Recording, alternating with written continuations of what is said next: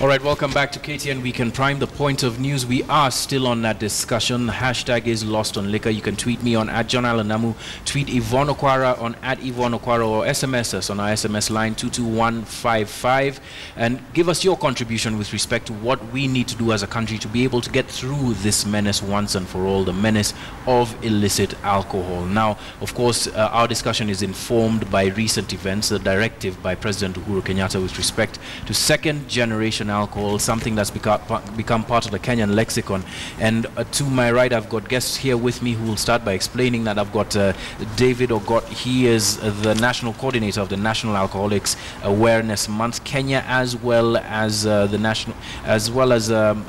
within his company GoingHome.com, that also does advocacy with respect to alcohol, alcoholic issues. Right next to him, we've got Francis Kiambi.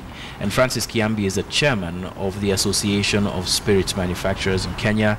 And right next to him, we've got the only lady this evening. Thank you very much for joining us, Anne Yokabi Kwazesha. Yes, well, if that were a discussion this evening, we'd be having that. Of course, she is the county member of parliament for Kiambu County. And right at the end there, last but not least, we've got Gordon Mutugi from Kwal. He is the corporate affairs manager there. But of course, you are representing the National Alcoholic Beverages Association of Kenya. Now, let's start with the definitions here. President Uhuru Kenyatta was very clear in his speech about illicit alcohol in the written speech that was issued to the public. But in his off-the-cuff remarks, he introduced into the public lexicon something called second-generation alcohol. And that is something that we've heard for quite some time. Nyokabi, because Kanini Kega had tried to make his definition of second-generation alcoholic beverages, and legislators are currently leading this fight, I want to know from you, what is your definition? What I understand as second-generation brew is exactly what we came across today when we were pouring alcohol. A branded product in another company's bottle. Mm-hmm. There was Heineken, Moratina packed in Heineken bottles. But we don't know who the manufacturers are, or actually we did, because the factory that we went into, all they've been doing is cleaning those bottles and putting in this brew that they've made, Moratina, but Moratina is not made with chemicals. Yeah. When you take a look at it, when you light that chemical that was used, it's enough to explode the whole area. So these are the illicit chemicals that have been placed in alcoholic beverages to spice it up, to make it more potent, more pungent, so that when they take it, just one swig and you find that the young men are out. Okay, there are different definitions here with respect to what second-generation alcohol is. Of course, you've introduced the aspect of packaging, the wrong kind of packaging being used by people who are sort of stealing from brands and selling their own alcohol. Let's get an industry perspective. Francis, what is second-generation alcohol, so that we can understand really what we're discussing here? Well, thank you, John. I'd want Kenyans to know today that if we are talking about alcohol that is being consumed, there is no alcohol that is second generation for consumption. So hold on a moment. Now there's the second generation according to Mweshimiwa Nyokabi, and now you're saying there's no second generation alcohol? For consumption, no. Mm-hmm. But there is a second generation ethanol. The second generation ethanol comes from, it's called ceruletic ethanol, and actually it has almost the same composition with the neutral ethanol that we use for manufacturing, but it comes from non-food sources. The non-food sources here we're talking of wood, sawdust, or wood products actually that contain cellulose. There is a way it's treated chemically, then you digest it, and then you break it into smaller molecules and ferment it to make alcohol. This alcohol is supposed to be meant for industrial purposes, and especially combustion in engines as biofuels. Well, when it came as term scientifically, I don't know where politics got in, and it started being referred to as a consumable alcohol.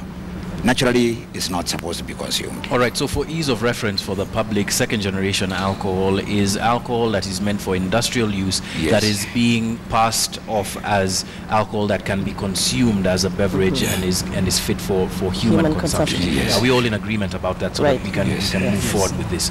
So then why is it that we keep on discussing this issue as industry operators, as a government?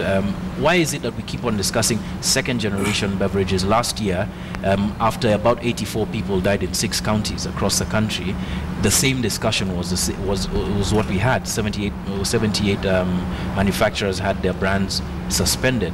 Gordon, I want you to come in on this. Why is it that we keep on having the same discussion? All right. I think, Alan, what's important to note is that we have very good standards. Where KEBS has produced some very good standards which everyone is supposed to adhere to, when manufacturing or brewing these alcoholic drinks. But we lack a coordination from, the government agencies, especially on matters of enforcement. Because when you look at those standards, it's supposed to be enforced by about 5 or so agencies. It's KEBS. KEBS sets the standards. NACADA gives the packaging standards. The county governments issues licenses, and there's such a huge disconnect between the national government, when it comes to KEBS, and the county governments, who are the body that issues licenses. That's why all these very good standards, all these very good laws that we have to control alcohol are not adhered to because of that disconnect. That's why year in, year out, people die of alcohol. Year in, year out, we keep coming back to this topic and talking about, good spirit, good alcohol, bad alcohol, but the standard is there. All right. We all know what is good and bad alcohol. Okay, last year we banned and suspended a number of brands, right? Yeah. Out of these brands that were suspended, how many have been suspended again this year? Very few. Very few of them. But there are some that are still on the same list. And there are very few. But they are on the same list. They are on the same list. How did they get from that list to this one this year? What was banned today? Today, KEBS issued, that list of brands which have been suspended but not banned, because those same brands had passed the standards that KEBS had set last year. But again, it goes back to that issue of enforcement, because all that it takes, if X and Y has a brewery, they just need to put some content in a bottle, take it to KEBS, and KEBS will ascertain whether it is good or bad. But the enforcement, where a government agency is supposed to go down to the breweries, down to the manufacturers, and inspect the alcohol from their premises, is lacking. So some of these concoctions that Mheshimiwa was pouring today may actually have passed the test last year in another name, but not the actual concoction that is being brewed today, because we lack that enforcement arm of government where they're able to go down on the ground, come to our premises, inspect, and say, okay, these guys are producing the right kind of brews. But they sit down and wait for the manufacturers to bring those the bottles. All right. Honorable Nyokabi, let me bring you in this discussion, because members of parliament, especially from the central region, are now the face of enforcement of the ground, on the ground. What is motivating this? And I want you to answer from the point of view of how you determine exactly what Gordon was talking about. The good alcohol, the alcohol that is licensed for consumption, and the bad alcohol, because there are a number of operators, as you saw in our stories, who are complaining that their alcohol has been licensed and it's good for consumption, but it's being thrown in with everything else. Now, the definition that has been taken, that any of these products that have been packaged, for example, the Countryman's, the baby product that is being sold and has killed people, that's what we're destroying. The factory that we went to today, you cannot, honestly, if you're an honest manufacturer, right, be putting your products in another company's bottle. You cannot take Heineken bottles, wash them, and put in another product. You cannot take an EABL bottle, put on a Keroche label on it, and then manufacture the product in your house and distribute it to others. The issue that, and what Central Kenya members of parliament and why they're leading this particular issue is because of the destruction. We're burying a young person every single day in the county. Nobody has the right to take away life. Nobody is licensed to do so. The standards and the issue comes down to enforcement. And this is what we told the president when we were in State House, that his machinery on the ground, they don't work. It's the chiefs, it's the OCSs, OCPDs in cahoots with some of these manufacturers. So we will look for them and you will hardly ever find them. And that is why we must enlist members of the public to go on out and hunt these products. Who are these people manufacturing in their houses? You know, if they have so much talent, they need to go to school and learn how to manufacture legal and legitimate products. Okay. David, let me bring you in here. When does outrage, justifiable outrage, based on the burden of death that the legislator Nyokavi has talked about in Central Region, when does that outrage turn into mob justice, and especially with what we've seen now? Okay, first, there's the take on second generation. I think that I first had it in 2003. Before there was a huge proliferation, now literally anybody is manufacturing. And here we're talking about spirits, not brews, not beers. And I take it to be anything, because at one point there was only one manufacturer, essentially, of beer, and who would import spirits, and later on started. There was one major manufacturer. It was kind of like a monopoly. So then after that, because at one point, one of your value chain people, Keroche, was termed, actually that was the first company which I remember being termed as second generation alcohol, with some of the brands. They had Viennas and so on and so forth, which we used to drink when I was still drinking. So that is when I first heard that term. The alcohol you are talking about, let us assume we are talking about beverage alcohol. If you're talking about methanol, wood alcohol, any other alcohol, I'll assume for that discussion you are selling the public, this discussion you're selling the public poison. So assuming you are selling beverage alcohol, i.e. fit for human consumption, a legal product, you have gone through the necessary processes. Then the problem becomes on now, it's distribution, sale, and consumption. The issue now is not assuming your composition is correct, you've got all the relevant, you've gone through the process. Yes. Now the issue becomes how is it distributed, and in fact not even distributed, how is it consumed? Because alcohol is not milk, okay? It is a drug, though much as we do not like to admit it, and that's why we commonly say alcohol and drugs, as if they're two separate things. In fact, generally we say alcohol, tobacco, and drugs. So it is a drug, and that is why there's so many regulations around manufacture, distribution, sale, consumption, where you can consume, who should consume, how you should consume, even the time you should consume it. So when all these are let go, as you're saying, enforcement, we can make as many laws as we want, as long as they're not enforced. Yep. Now, coming to the mob justice issue, I have a premise. I rent it out to somebody who decides to open a wines and spirits. When you are seeing some of the clips where, you know, the building itself is being either burnt or what does the landlord have to do? He rented to what he assumed is legitimate business. That's one. Two, you are seeing rounding up alcoholics or addicts. And it's not necessarily that somebody drinking in a certain level, is seen drunk during the day is necessarily an alcoholic. He could be a problem drinker, he could be a drunkard. All these are separate individuals. Symptoms look very the same. But rounding them up, for example, and putting them in a place, I was seeing clips yesterday where some are being even forced to drink, and some are actually drinking the alcohol you are supposed to be saying is hazardous. So in all this chaos and confusion and property being destroyed, and at the end of the day, what problem are we trying to solve? Do you think the president's directive is getting lost in the zealousness with which it's being approached? Yes. I think, and it's not the first time the president has talked about that there's a need to tame alcohol. One, it's a national problem. It's not central. But I've said several times that the leaders, right down to the women, local level, have woken up. One of the first functions I went to in 2001 was women in Muranga demonstrating. If I give you those clips and you play them now, you'd think it happened today. This was in 2001.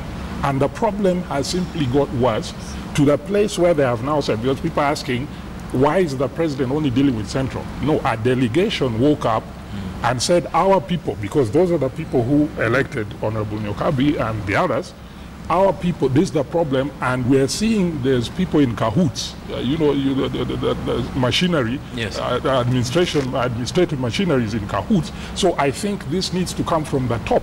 So my question is, all the other areas, apart from Coast, where the leaders also woke up long ago, why is everybody quiet? Why isn't there a conversation? Yes. So you can't blame Central. Yes. Yeah. But now that we are focusing on Central, and it's not to blame Central, we understand that the delegation went to State House, but this problem has been there for a long time. The statistics have been there for a long time. People have been dying for a long time.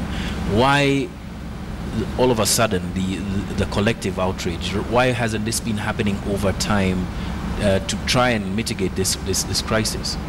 I think people finally feel that they have a head of state who can handle and tackle this issue. People are fed up. We're fed up with a declining population. You go to schools that had a population of 1,000, they're now down to 240, and enough is enough. There has been enough sensitization among the people that they want a leader who will finally deal with this issue of alcohol and get it over and done with. Actually, the main issue, if I can say, is who controls this importation of this methanol. Because that's where we start with the issue. Where did this poison batch come from? It's been killing people for a long time. And the people who are supposed to ensure, and this is why all around the world, the issue of alcohol is a very controlled product. But this whole devolution system, you cannot allow counties to regulate the issue of alcohol licensing. Not at all. Only one organization should be dealing with the licensing, the importation of it. When KRA comes in and auctions off a container of methanol, who are you auctioning it off to? This is a controlled substance. It's not supposed to be sold to everybody. Yes. So people they're in office, but they're not doing their jobs. All right. They're not doing what they're supposed to do. Gordon, you have something to say about this? Yeah, I think two issues. First of all, just to say that as an industry, we are happy, very happy with the president's directive, because he's come up and initiated something that we've been doing for the last 4 years. Since the introduction of the Alcoholic Drinks Control Act, commonly known as the Mutudo laws, good laws, if it can be enforced. We have camped in government offices, and by there, we do not have a lack of those offices. There's anti-counterfeit agency, there's NACADA, there's KEBS, and all those agencies which can actually deal with this menace. But unfortunately, and I think that's an issue we are now having with the current, project by the president. Yes. Is that any time we initiate this fight, it gets crowded in some drama that steals the show. Like now we are just saying mobs cannot enforce the law. Yeah. The law is supposed to be enforced by various agencies of the government. But what we have seen in Othaya, what we've seen in Nyeri, a few places in Kiambu, youths hijacking this very good initiative by the president, looting even M-Pesa shops, which are being able to do that. But Mheshimiwa Nyokabi raises a very interesting issue. As an industry, right, you deal in the specific substance that we're talking about here. Now there's methanol, there's ethanol, but there has to be some information that you have with respect to where all of this is coming from. Francis, just let's know about that. Well, it happens like this. Any company that manufactures spirit, it manufactures that spirit according to a certain standard that is given by Kenya Bureau of Standards. We have several manufacturing standards in the world, and we in Kenya have very few standards, but also conform to the international standards. The level of manufacturing, first of all, before you get into any factory of operation, You make a factory. That is how you start. Then you go and apply for the single business permit. Then from there, the government, city council or county government comes and inspects the premises, whether it's worth being a factory. Then from there, you're supposed to go to KRA and inform them that you want to manufacture a strong alcohol or a spirit. Then they give you a small piece of paper. You go to Moron or import that alcohol and come and blend and make a sample. This sample is what you take Kenya Bureau of Standards for first testing to see whether you have the capacity. When they see that you have the capacity, now they tell you go ahead and produce a good volume. You've been given the capacity to produce. Now this small paper is what you take to the KRA and they give you now an excise license.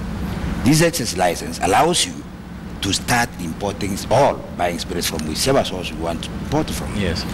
Now, when you buy that spirit, what you do with it is you come and make your product before you start selling and make us another sample, take it to Kenya Bureau of Standards.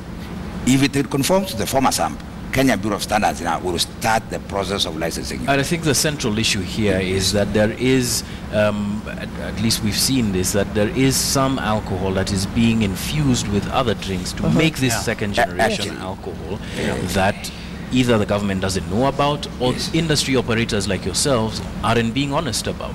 Actually, the thing is, let me tell you, I am a manufacturer, and there is the smallest unit of manufacturing. And the smallest unit of manufacturing is supposed to be also in the standards. You cannot have a tank which is blending 5 liters. At the minimum you're supposed to have is 1,000 liters. There obviously is someone who is contravening now this is where we are going. Now, as an industry operator, this cuts into your profit directly. Exactly. What intelligence do you have? What intelligence do you have as well, Gordon, about who these individuals are and how they operate? From what you've seen today and the day before yesterday, if we were doing bad products as perceived to be, how many people would be dead by now? Mheshimiwa here and others who've been in this operation, which was very noble from our president. Actually, the only thing is that it got messy in between, is that those people who are purporting to be getting rid of liquor were consuming it. Surely, if what we've been seeing was to be poison, how many people would be dead now? Actually, the recent deaths we had were 2 in liquor, then they escalated to 4. And of course, we're not reducing any death to something small. Any death is a death, and we are very sorry about it. But Mr. Nyam, I want you to ask yourself, if one person drank a product today here in Nairobi and got sick out of it, and this product was distributed all over the country, would you say is the legal manufacturer is doing that? No. So we are also pursuing these counterfeiters, and we've done it with several cases in court. It's only that we do not go public like the way it's being done now. Actually, with several cases, every company that has a moving brand has one way or another had an issue with counterfeit. Okay. The only problem is that we've not had fatal cases. All right. Now let's move to perhaps the human issue here, because that is the cost that we're talking about. And David, are we confusing issues here with respect to the poisonous alcohol and the issue of alcoholism, and how do you think the two should be treated? Alcoholism is a totally separate issue. I gave the example the other time, a month or so ago, quite a large number of people died after eating mutura, local sausage. Do you ban meat? etc. This is an issue of somebody who didn't go through the correct process. Counterfeits are there. This is where the issue comes.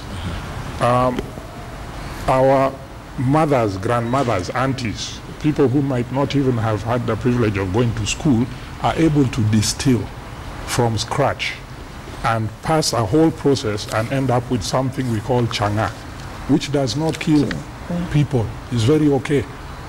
Uganda, Tanzania legalized their changa, now come under brand names, which we sell here.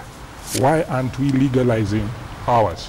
But it has been legalized. Yes, right? It's been legalized, but the structures have not been put in place. So the law says it's legal. However, if you are caught distilling or consuming, you are still arrested. So you see inconsistent follow-up, or we pass laws but then don't put necessary structures. Okay, how about alcoholism now as an issue? How do we resolve that as a nation? How do we address it? So the point I'm coming to is this. Alcohol does not cause alcoholism, because if it did, then logically everybody who drank alcohol would end up alcoholic. The fact of the matter is that alcohol is selectively addictive to 10, some studies say 10% of a given population, some studies say 15. And it is not the amount of alcohol I drink as an alcoholic, because people think we have a drinking problem. We don't. We can drink. Our problem is actually stopping once we start. And the reason why we have a stopping problem is because we process alcohol different than non-alcoholics. So when you're coming to a point where you're mixing the word, you know, like I was seeing on the screen, fighting alcoholism by spilling alcohol. An alcoholic is going to drink atamukizimata. You see, so he's going blind, etc., and we've seen in the media, and they swear on the Bible, I won't drink again. And the following year, you're being interviewed by the same station, now you've gone blind. What happened? So the stopping is the problem. We need to separate that. How do we help those 10 to 15%? What is the correct definition of alcoholism? So take that a step back. You're starting with alcohol, because if you don't drink in the first place, you won't trigger. Alcohol triggers your disease. Now, many people will disagree with that, whatever. All right, the president defined alcoholism as a disease. Yes. But as we are doing it right now, are we treating it as a disease, or are we further stigmatizing alcoholics? The way we are going with what has been happening is criminalizing, which we've been running away from. And this is not only for alcohol. We have been saying, give heroin addicts clean needles.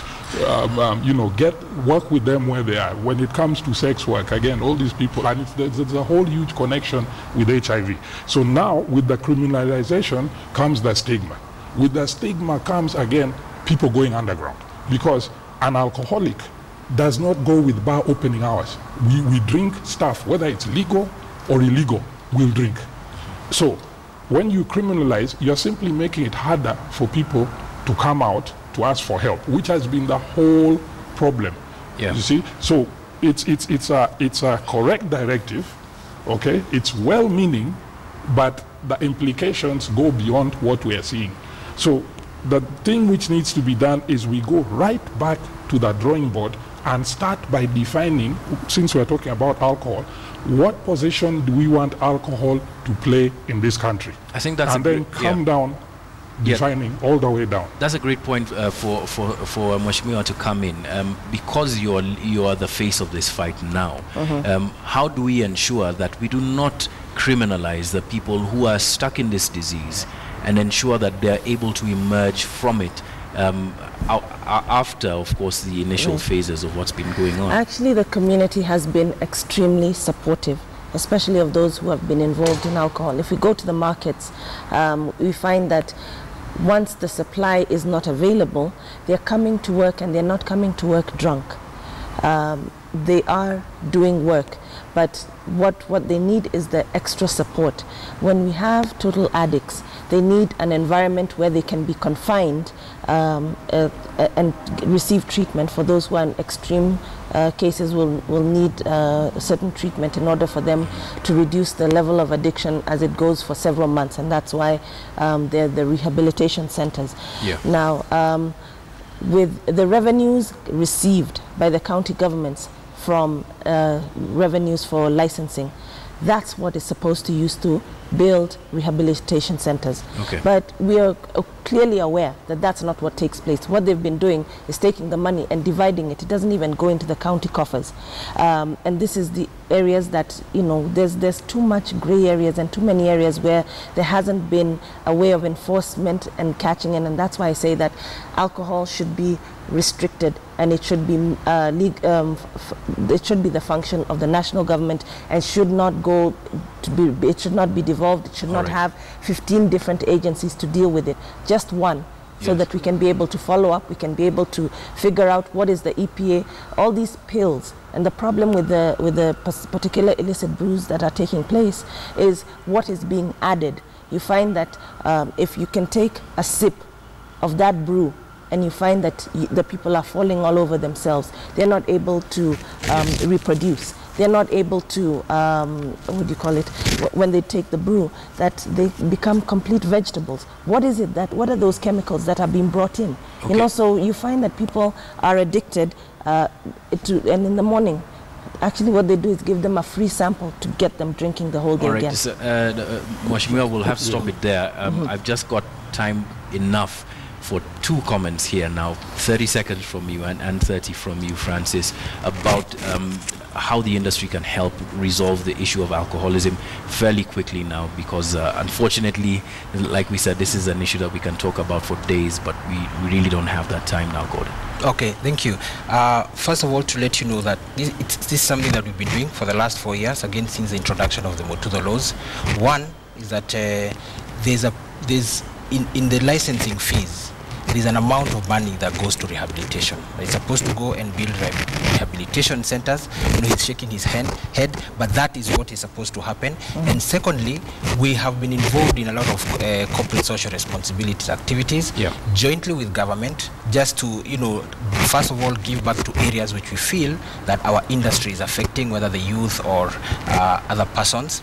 And secondly, what we really need to do is to differentiate the issue of illicit brews, illicit alcohol, and alcoholism. All right. Bad alcohol, that is illicit. Okay. But when we should be left as a country to only deal with issues of, you know, underage drinking, excessive consumption, and, you know, just responsible drinking. Yes. When issues of illicit have been tackled, have been dealt with through enforcement. All right, Francis, final word from you. Unfortunately, let's try and keep it a what little I would brief. want to say is that we cannot purport to be using the laws if we cannot obey the laws. Honorable Nyokabi here is a lawmaker. The government has made laws. The law is there and other laws surrounding liquor. And what the best way to do it is to have the laws followed. People cannot consume alcohol if they start consuming alcohol at 5 after working. Secondly, if some activity of alcohol-related issues happened, we should not criminalize everybody. All right. If it's a death, let's keep the responsibility to where it happened, so that you can trace it back through the wholesaler to the distributor and then to the manufacturer, so that you can know where the source of problem came from. All right, thank you very much, lady and gentlemen, for joining us this evening. We no doubt will have this discussion again, because it's something that has been recurring in our society, and we definitely would like to hear your feedback as well at home, what you think the solutions are to resolving this perennial crisis of illicit alcohol, and of course the separate issue of alcoholism. Now, we of course here on KTN Weekend Prime, the Point of News, like to summarize this discussion to give you those salient points that you can take home from every discussion. Yvonne Okwara standing by with a point from this one on Lost in Liquor. Yvonne.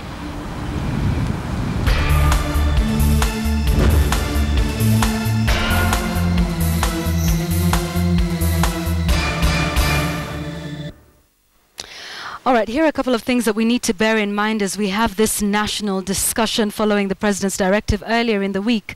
We need to be clear about alcoholism versus alcoholic poisoning. And those two conversations perhaps need to be had separately, but in a parallel manner. It's important for us to understand who an alcoholic is and the way in which they're treated rather than being bundled into police vans. We need to address the issues of rehab centers and what sort of help is available for those who have a problem in dealing with alcohol. And then we need to get to the problem of standards and what happens then to alcoholic poisoning, the people that actually die from it.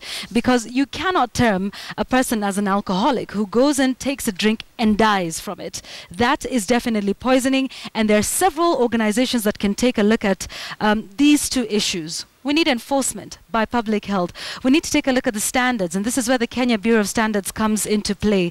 The county government for licensing the distributors of alcohol in the country, and indeed NACADA, which is the national body that is responsible for the framework regarding alcohol sale, production, manufacture, distribution, and indeed consumption of alcohol. Another thing we need to start asking ourselves now is, what is our national value when it comes to consumption, sale and distribution of alcohol in this country? Should we, for instance, start to say that we move the alcohol drinking age from 18 to 21? It's been done in the States. You can vote when you're 18 but cannot drink when you're 18. You have to wait until you're 21. We also need to ask ourselves the culture and the surroundings in which we take alcohol, when we take alcohol, why we take alcohol, and how do we drink. These are some of the things we need to start asking ourselves at this point. Finally, a holistic approach is required in the fight against illicit brew and also in helping alcoholics towards recovery. The President's directive is welcome and is all well and good, but it has to go beyond that. Indeed, many of the drinks that find themselves on the prohibited list today were prohibited last year, May 2015, when we covered this in Sip of Death, and indeed 5 years before that. So we need to start asking the question of how some of these drinks make their way back onto the streets of the country. What happens when the spotlight moves away from this issue and we start talking about other stories? Is this a knee-jerk reaction, and how do we sustain this to make sure that those alcoholic drinks that are unsuitable for human consumption are not on our streets? We also need to start asking ourselves what measures we're putting in place towards helping alcoholics recover from this rather than demonizing alcohol as a whole. That tonight is a point.